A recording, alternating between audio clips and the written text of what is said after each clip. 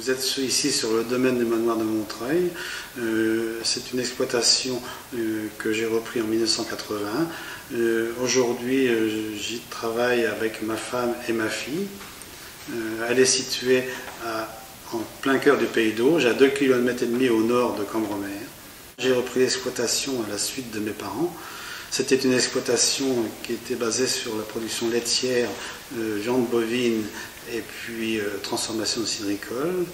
En 1990, j'ai décidé de replanter une douzaine d'hectares de vergers en vue de mon installation en transformation cidricole qui est arrivée dans les années 92. J'avais déjà 15 hectares de vergers en production, et ce qui a mis à peu près la surface à une trentaine d'hectares de vergers.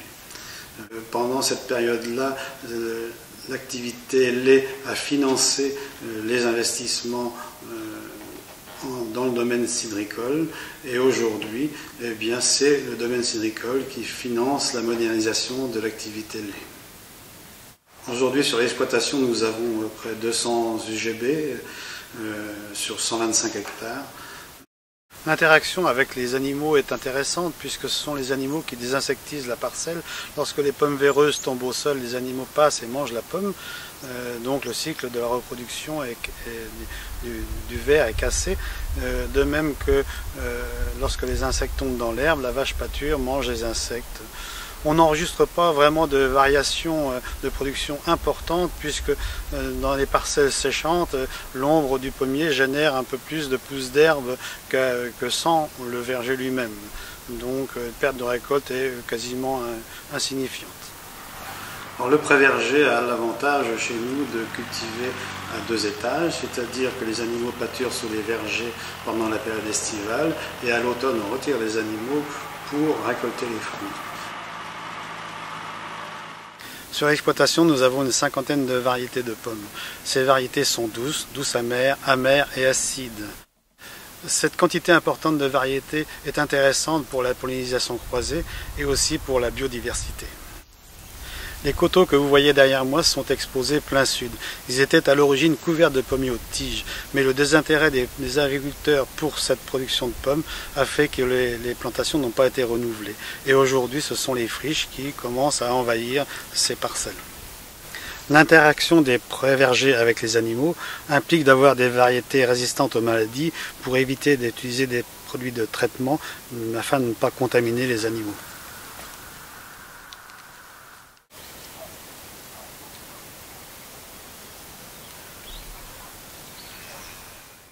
Lorsqu'on plante un pommier, il y a des précautions à prendre. Il faut déjà mettre un tuteur. Ce tuteur va maintenir le pommier debout pour éviter que le vent le couche sur le côté.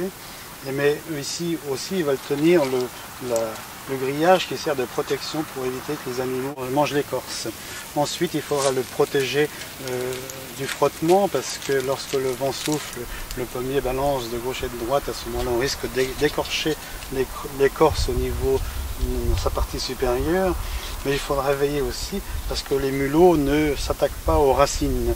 Dans la terre fraîchement remuée, ils ont tendance à venir s'installer et à manger l'écorce des racines. Il faudra également faire attention lorsque vous greffez l'arbre à ce que les rapaces ne puissent pas se poser sur la greffe. Ça pourrait endommager la greffe et compromettre le greffage. Aujourd'hui, nous proposons à nos clients du cidre AOP Pays d'Auge, du pommeau de Normandie, du jus de pomme et du calvados. Du calvados qui va de 4 ans jusqu'à plus de 40 ans. Ce sont des calvados que j'ai distillés pour les plus jeunes et que mon père, lui, a fabriqué du temps où il était en activité. Nous commercialisons nos produits en vente directe sur la propriété et aussi à l'export.